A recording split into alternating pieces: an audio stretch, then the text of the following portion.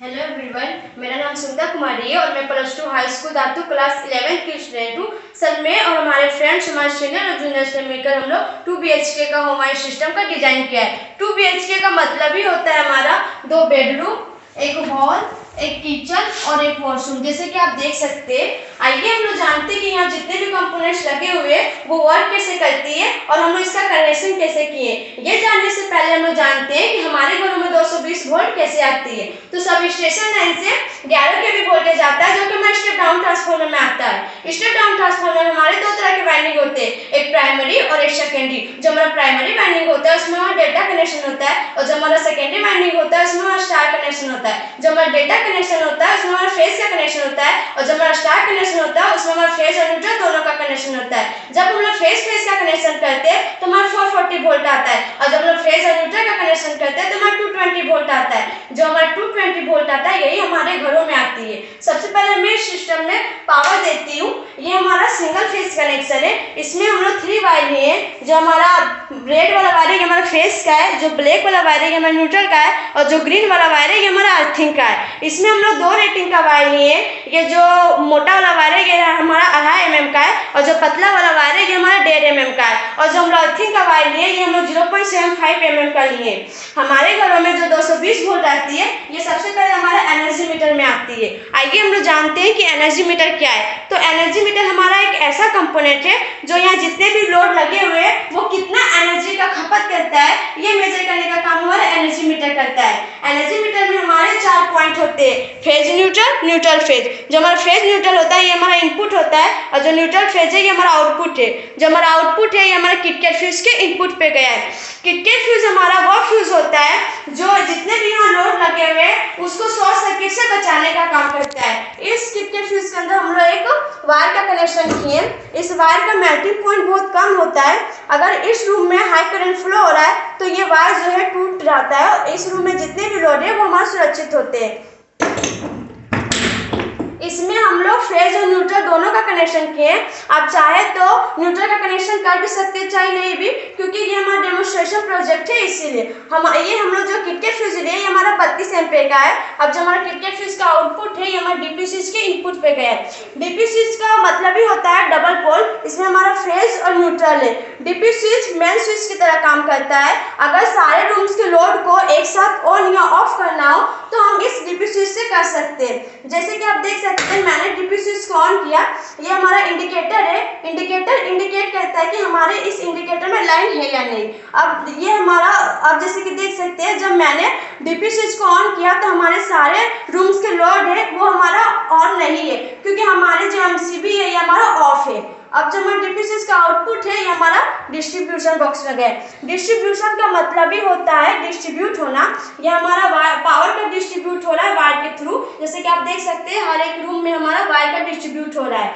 ये जो हम लोग न्यूट्रल का कनेक्शन किए ये हमारा न्यूट्रल वायर है, और जो हम लोग अर्थिंग का कनेक्शन किए ये हमारा अर्थिंग वायर है। आइए हम लोग जानते हैं कि यहाँ जितने भी कंपोनेंट्स हैं वो वर्क कैसे करती है। ये हमारा आइसोलेटर है। आइसोलेटर और डीपी स्विच दोनों मेन स्विच की तरह काम करता है। इसमें यहाँ हम लोग आइसोलेटर का कनेक्शन नहीं किए हैं। आप चाहे तो डीपी स्विच की जगह आइसोलेटर का भी कनेक्शन कर सकते हैं। यहाँ हम लोग आइसोलेटर 40 एम्पीयर का लिए, और जो डीपी स्विच है ये हमारा 32 एम्पीयर का है। अब हमारा आरसीसीबी का फुल फॉर्म होता है रेसिडुअल करंट सर्किट ब्रेकर। अगर हमारे सर्किट में एक्स्ट्रा करंट फ्लो हो रहा है तो ये हमें प्रोटेक्शन का काम करता है। अगर एक्स्ट्रा करंट फ्लो होने के टाइम कोई व्यक्ति वहां जाके टच कर दे तो उसे शॉर्ट लगने का खतरा होता है। इस शॉर्ट से बचाने के लिए हम लोग आरसीसीबी का यूज करते हैं। आरसीसीबी जो है वो ट्रिप कर जाता है। आप जैसे कि देख सकते हैं जो 1 है ये हमारा फेज है, और N जे ये न्यूट्रल है। ये हमारा आरसीसीबी का इनपुट है, और जो हमारा 2 है और ये हमारा फेज है, और N ये हमारा न्यूट्रल है, ये हमारा आरसीसीबी का आउटपुट है। जो हमारा आरसीसीबी का आउटपुट है ये हमारे एमसीबी के सारे इनपुट में एक के बाद एक हम लोग लूपिंग प्रोसेस से कनेक्शन कर दिए। अब हमारा एमसीबी का फुल फॉर्म होता है मिनिएचर सर्किट ब्रेकर। एमसीबी हमारा एक ऐसा कंपोनेंट है जो यहाँ जितने भी लोड लगे हुए हैं उसको शॉर्ट सर्किट एंड ओवरलोडिंग से बचाने का काम करता है। यहाँ हम लोग सी टाइप एमसीबी का यूज किए। सी टाइप एमसीबी का यूज हम लोग इसीलिए किए क्योंकि सी टाइप एमसीबी का जो टीपी टाइम होता है वो बहुत कम होता है, लगभग 0.04 सेकेंड का। इसमें हम लोग 2 रेटिंग का एमसीबी का यूज किए, एक 10 एम्पियर और एक 16 एम्पियर। जो हम लोग 10 एम्पियर एमसीबी का यूज किए ये नॉर्मल रूम्स के लिए किए, और जो हम लोग 16 एम्पियर एमसीबी का यूज किए, ये हम लोग पावर बोर्ड के लिए किए, क्योंकि पावर बोर्ड में हमारा हाई अप्लायंसेस का यूज होता है। जो हमारा फर्स्ट रूम है, जो हमारा फर्स्ट एमसीबी है, ये हमारा फर्स्ट रूम में कनेक्शन है। जो हमारा सेकेंड एमसीबी है, ये हमारा सेकेंड रूम में कनेक्शन है। और जो हमारा थर्ड एमसीबी है, ये हमारा हॉल में कनेक्शन है। और जो हमारा फोर्थ एमसीबी ये हमारा किचन में कनेक्शन है। और जो हमारा फिफ्थ एमसीबी है, ये हमारा वॉशरूम में कनेक्शन है। अब जो हमारा 16 एम्पीयर का एमसीबी है, ये हमारा जो 6 एमसीबी है, ये हमारा किचन का पावर बोर्ड 1 में कनेक्शन है। और जो हमारा 7 एमसीबी है, ये हमारा किचन के पावर बोर्ड 2 में कनेक्शन है। और जो हमारा 8 एमसीबी है, ये हमारा वॉशरूम के पावर बोर्ड 3 में कनेक्शन है। ये हमारा फर्स्ट रूम है। फर्स्ट रूम में हमने एक ट्यूबलाइट, एक बल्ब और एक सीनी रोज के द्वारा हमने एक बल्ब का रिप्रेजेंट किया है, क्योंकि ये हमारा फैन का लगाना पॉसिबल नहीं था और ये हमारा एक डेमोन्स्ट्रेशन प्रोजेक्ट है। आप जैसे कि देख सकते हैं डिस्ट्रीब्यूशन बॉक्स में हमारा फर्स्ट रूम में 3 वायर जा रहा है, फेज, न्यूट्रल और एक अर्थिंग का। जो हमारा फेज वाला वायर है, ये हमारा सबसे पहले फ्यूज में गया है। ये हमारा डिवाइडेबल फ्यूज है। अगर इस रूम में हाई करंट फ्लो हो रहा है तो इस फ्यूज के अंदर हम लोग एक वायर का कनेक्शन किए हैं। इस वायर का मेल्टिंग पॉइंट बहुत कम होता है। अगर इस रूम में हाई करंट फ्लो हो रहा है तो ये वायर जो है टूट जाता है और इस रूम में जितने भी लोड है वो सुरक्षित होते हैं। ये हमारा इंडिकेटर है। इंडिकेटर इंडिकेट करता है कि इस रूम में हमारा लाइन है या नहीं। अब जो हमारा फ्यूज से एक फेज का वायर आया है इंडिकेटर में, और इंडिकेटर से हमारा एक न्यूट्रल वायर और फ्यूज से हमारा एक फेज का वायर, ये हमारा स्विच बोर्ड 1 में गया है। ये हमारा 8 वे का ग्राउंड बॉक्स है। इसमें 5 स्विच, 2 सॉकेट और एक फैन रेगुलेटर का यूज किया है। आप जैसे कि देख सकते हैं जो हमारा फ्यूज से एक फेज वायर आ रहा है, ये हम लोग सारे स्विच में कॉमन कर दिए।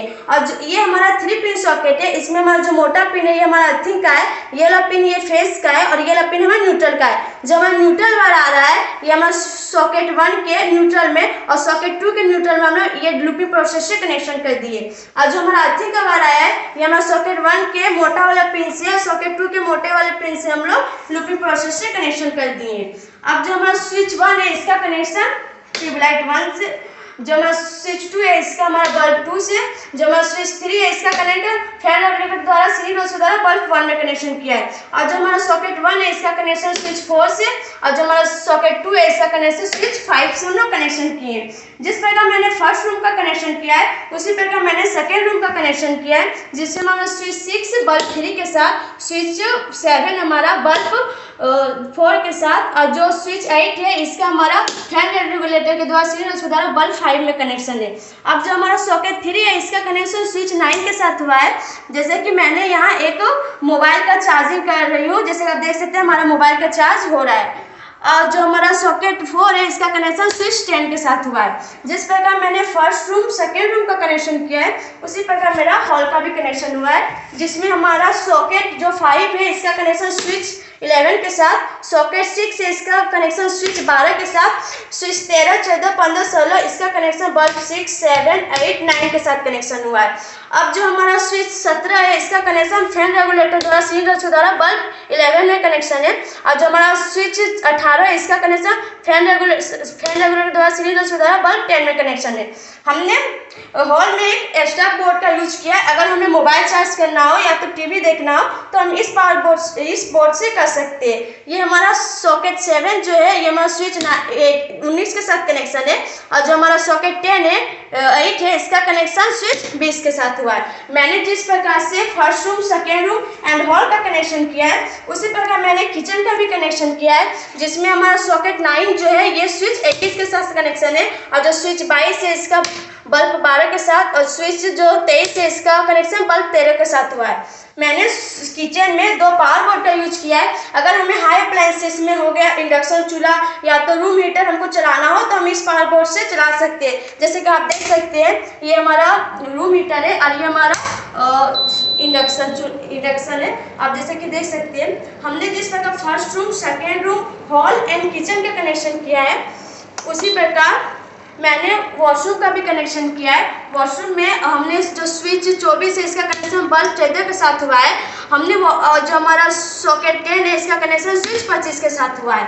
हमने वॉशरूम में एक्स्ट्रा पावर बोर्ड का यूज किया है। अगर हमें गीजर चलाना हो तो हम इस पावर बोर्ड से चला सकते हैं। इस सिस्टम में हम लोग जो हमारे फेज न्यूट्रल और अर्थिंग का कनेक्शन है इसमें हम लोग एक पॉइंट में ही इसका कनेक्शन किए हैं। ये हमारा टोटल 2 BHK का होम आई सिस्टम का डिजाइन था। Thank you sir.